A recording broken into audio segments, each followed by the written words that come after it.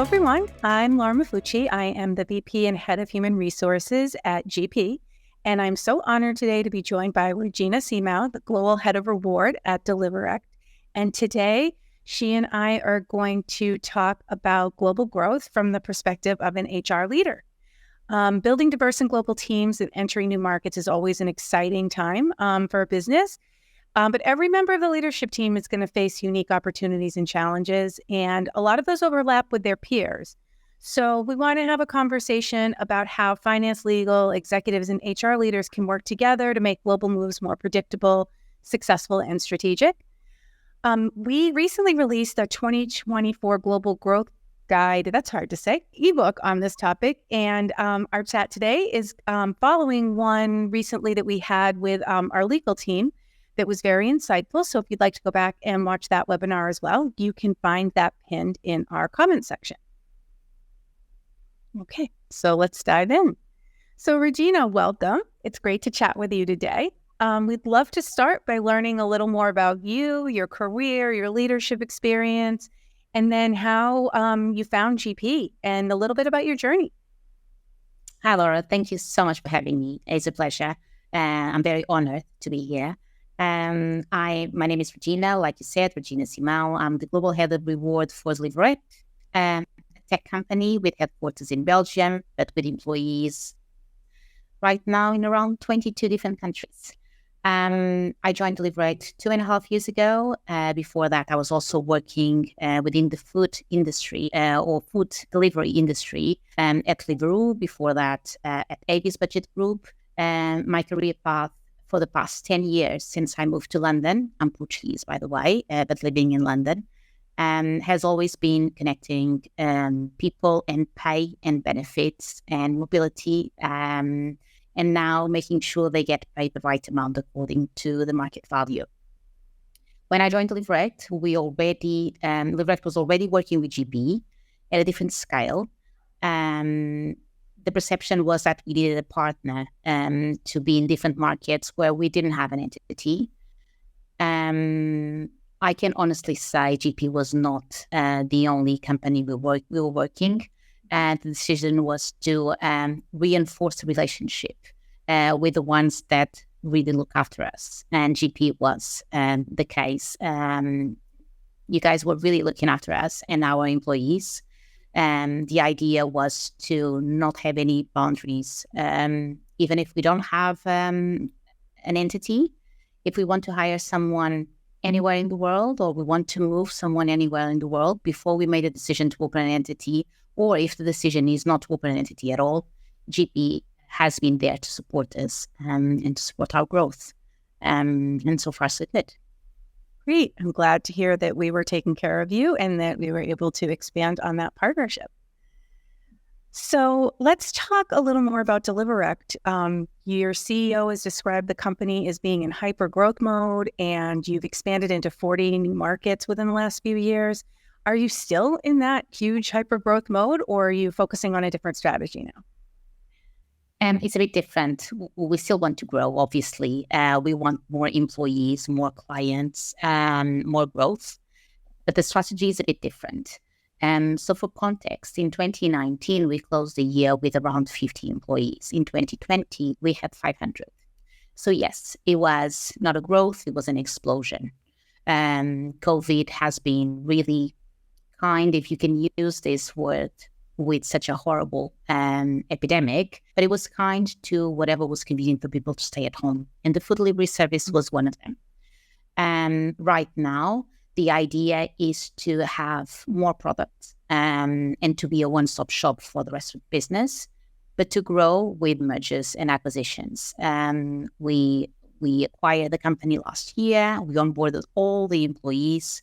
And the idea right now is not only to get new companies, new products, expand our offer, and onboard everyone that is anywhere in the world and to be a part of the Deliverect team. That's great. Yeah, that M&A growth is very, very different than the hiring growth. That's for sure. So from an HR standpoint, how does that shift to M&A change things? What kind of new challenges does it bring? they're endless. But what did you find to be the most challenging that you face?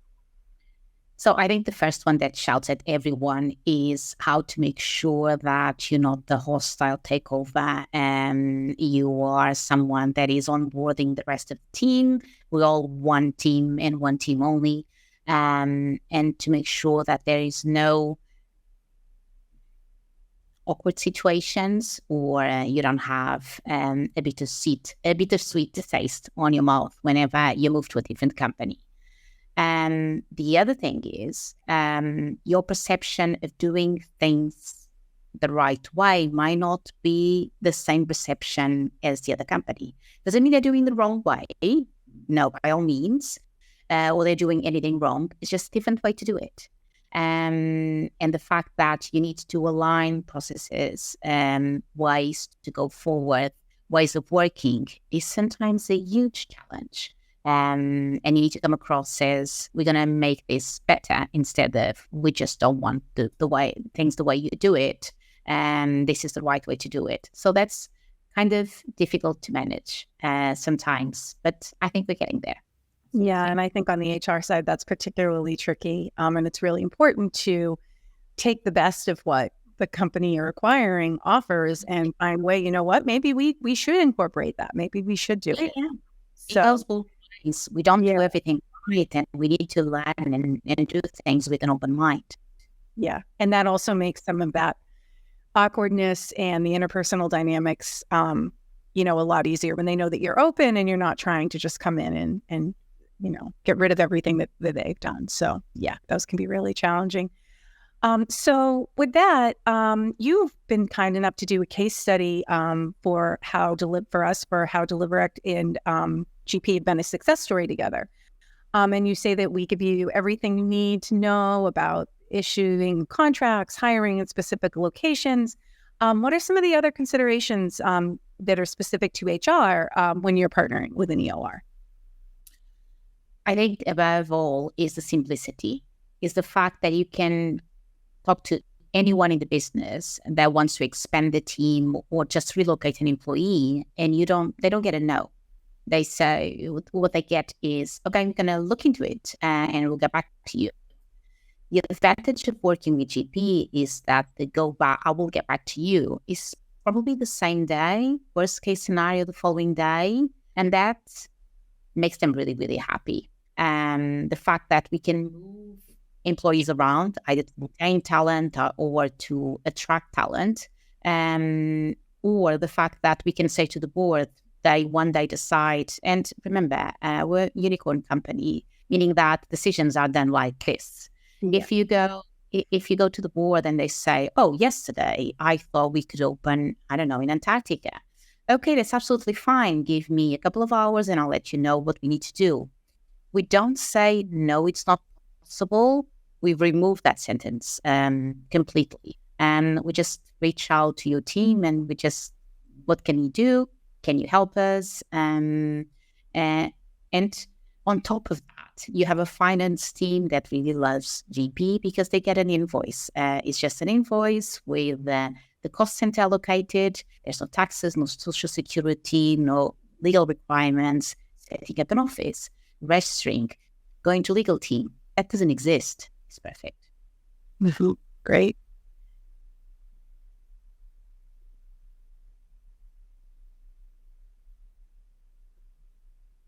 So what ultimately led Deliverect to deciding an EOR was right for them, and why GP? I know you mentioned that when you joined, they were using GP, and we weren't the only EOR. So if you have any insights into how they made the decision to even work with an EOR, and then a little bit more about why GP was who you chose to partner with more fully. So whenever you are expanding a business, you know that you might not always choose the right location, and you need to see if it's working, and then hire more or not. And that was the idea. Okay, instead of setting up an entity, and because we sell technology, we can have people anywhere in the world, and we can deploy the technology, sell the technology to our clients. So the idea was to set up new markets, but we needed to see first if that would work or not.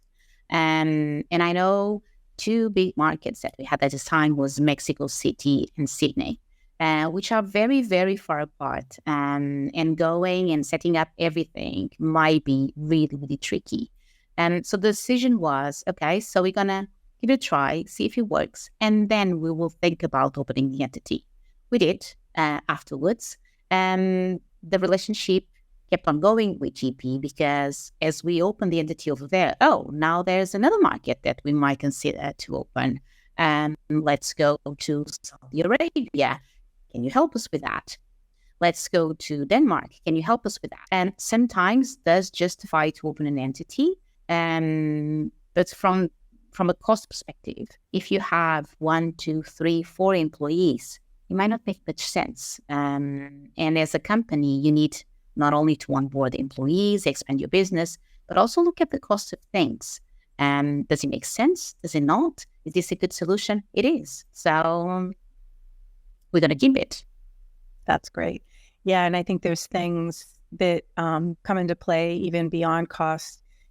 Labor regulations in some countries are so much harder to navigate. Certain committees are required. Also, endless things. So understanding it may be low cost from cost of living, cost of salaries, things like that. It might be more so administratively difficult or have other things in place. So it's always good to have that expertise to help make those. And GP does something that I think is great. You share the knowledge.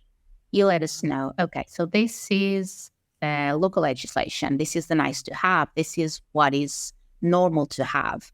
But removes the pressure of we have to learn everything in one go. And then if you make a mistake, it will be a costly mistake. No, you're there. You will guide us. You will share the knowledge. We know why you are doing A, B, and C. But at the end of the day, we have the reassurance that we're doing the right thing. We don't need to Google 57 times before deciding if this is the right thing or not.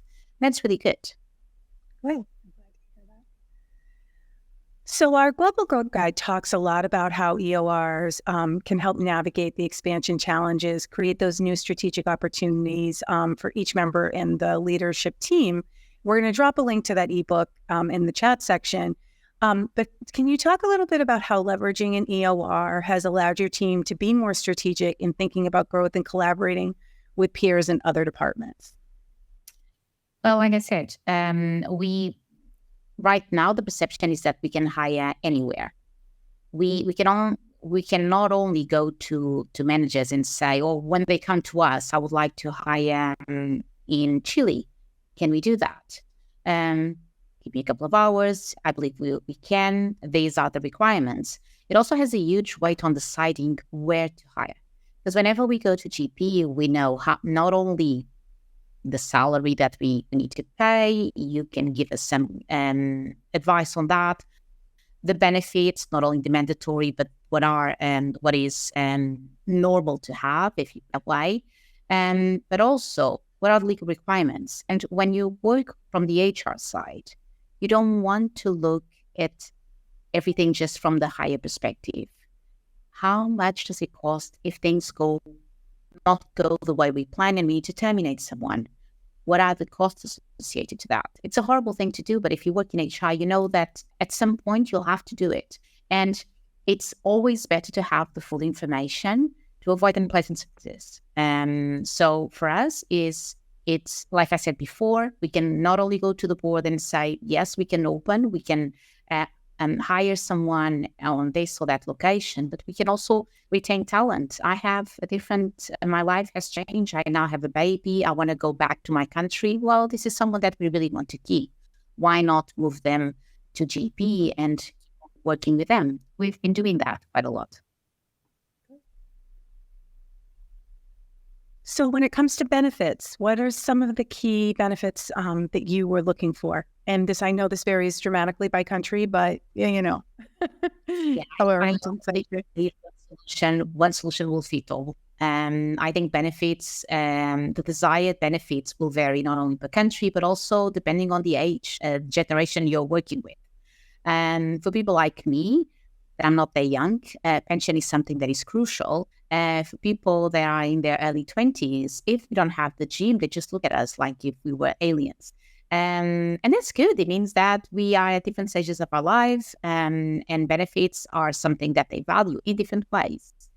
The advantage of working with GP is that allow us to tailor the benefits the way we want them to be tailored. We have the mandatory, which I don't see them as benefits. Sometimes people say, for example, in the UK, your pension is a benefit. No, it's actually, if it's the statutory contribution, it's not a benefit. It's kind of the same to the employees. We're going to pay your taxes, and that's a benefit. It's just wrong.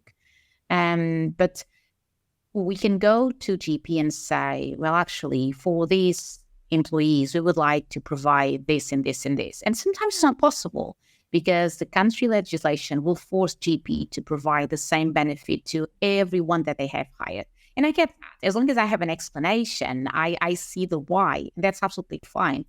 But I don't usually get a dry why, a dry no. I get, no, you can't do this, or we can't do this at this point. This is why. But what if we do that and that and that? Do you think that would be helpful? Do you think employees would appreciate that? That's the way we have been navigating. When it comes to requests from employees, we did a survey recently, and one thing that I never ever considered, and now we do, is we had a bunch of employees requesting for pet insurance, and which for us was brand new. But if it's what they want, we need to retain talent. Why not meet their expectations? Mm-hmm. Absolutely. And I see that was perfectly timed, because right before that question, we got a question in the chat about benefits and pension plans in each country. And this is a topic close to my heart, since I actually also run the benefits for not only internal employees, but it's the same benefits as for the professionals, for our customers. So you did hit on something that is absolutely a factor, and it's that because they're all our employees, there's a lot of legislation around benefits and rules where if you offer a benefit for one employee, you have to offer it for all. So we do try to balance that and those regulations with the flexibility wherever we can, often looking for creative solutions, always taking back requests for particular benefits to explore it. And even if it's not, it's usually not a no, it might be a not yet, because we still need to explore it, and we might need to roll out a little more. So thank you for that. That insight is always really helpful for us too. How about the uncommon benefits? So you just mentioned pet insurance, although I think that's becoming very, very common from everything I see. What else besides that are you seeing trending and becoming more common? I guess what we have the most is employees trying to get the most of benefits that will give them some tax relief. No one likes taxes, I know that. But unless you live in Dubai or Saudi Arabia, you have to pay them. And there's a lot of requests from employees on how to get a more tax efficient benefit. And that could be in the UK, the cycle to work, in Belgium, the spend of the one of their salaries with tech equipment. We try to do that, and we try to navigate as much as we can. The pet insurance was also something brand new that we got recently. But overall, there's also a huge concern about savings. So I think that would be what is coming next. Some people are more worried about savings and manage their own savings than to do the pension savings, especially younger people, which is absolutely fine. Again, we're all at different stages of our life. But that's what I'm seeing more and more and more. The worried about get more savings and be more efficient when it comes to or saving money, or avoid in a good way, in a legal way, to pay as much taxes as people. Sure. Yeah, absolutely. I'm seeing that a lot as well. So that makes a lot of sense. So looking forward, with so much global expansion happening now, what advice would you give to other HR leaders or others in the HR community that are looking to expand globally with an EOR? Ask questions, loads and loads of questions. I don't know, make sure you do a huge list. There's no such thing as silly questions. Ask everything. Make sure you compare different providers. If you're into a glossy platform, focus on that. I also like a glossy platform, but I value the support and the customer support much more than a glossy platform. And I value that much, much more. The fact that I can pick up the phone and have someone on the other side to help me and give me the whys when I don't understand the answer. And for me, that's really, really important. The employee of record, it's perfect if you are expanding because it's peace of mind. You have the templates for the contracts, you have the local legislation, and you will learn. You can see this as a learning curve because as you go, the knowledge will be shared. So even in the future, if you have more employees and you decide to open your own entity, the knowledge is already there. So you know that, in the past we did this, this, and this. This is actually what we were supposed to be doing in order to not be in trouble with the local authorities. So it's a sustainable way to grow, expand your knowledge, and do things the right way, and supporting your business. I love what you say about knowledge expansion because that is actually so true. And as an HR professional, it's always good. The more knowledge and the broader your knowledge base, the better. So as you move through your career and you move to other companies, having that global experience and being able to say you understand those things and having that knowledge, even in specific countries that you might have worked more closely with an EOR on, is really, really valuable. So thank you for bringing that up. It's a very dynamic thing because as governments approve the annual budget, things in HR can change dramatically. And it's very, very difficult to be up to date. If it's your own country, it will be on the news. You can buy the Sunday newspaper and it will be there. So it kind of the information is there for you to see. So you have to be really distracted not to pick it up. But in a remote location, it's not. You need to look for it. And sometimes you don't have the time. You have 200 emails per day that you need to answer. So everything changes, sometimes every month. And you need to. It really does. It really does. And, it's funny you say that. We were just having a conversation internally about some new regulations, and I can't remember which country, but even, the legal team pointed out, a lot of times we don't get notified of these. We have to be out continually with a practice to find this information because sometimes we are seeing it on the news and that's the first we hear about it because the governments don't inform you. So that is really important. So GP is going to be coming out with a helpful guide on M&As that are going to offer different perspectives on what leaders can expect might come up, decisions that need to be made for payroll, new employment contracts, new benefits, taxes, compliance, all of those things. From your experience, what will you add to that list of things that HR leaders might not to expect to come up in an M&A, even if it's not around these more, tactical, operational things, anything else that people need to keep in mind as they dive into the world of M&A? We have something internally that I think is really useful. It's a very simple way of doing things, but I think it's really useful. We have a dynamic document where everyone that is a decision maker or a key stakeholder will drop questions or comments. Doesn't have to be, it can be just a remark, something like, be mindful of this. And what we notice is that it will trigger someone to ask a relevant question or to do a relevant investigation. And the idea that two heads think better than one. Now imagine having 10 or 20 within the same document and everyone, I never thought about that. What about this one? So that is really, really important. And also sometimes, especially if you're doing mergers and acquisitions and you're buying small companies, and things were done sometimes in a rush. And it was a perfect solution for that size but you need to step in and quickly change things because for a different size, the rules and legislation might be a bit different.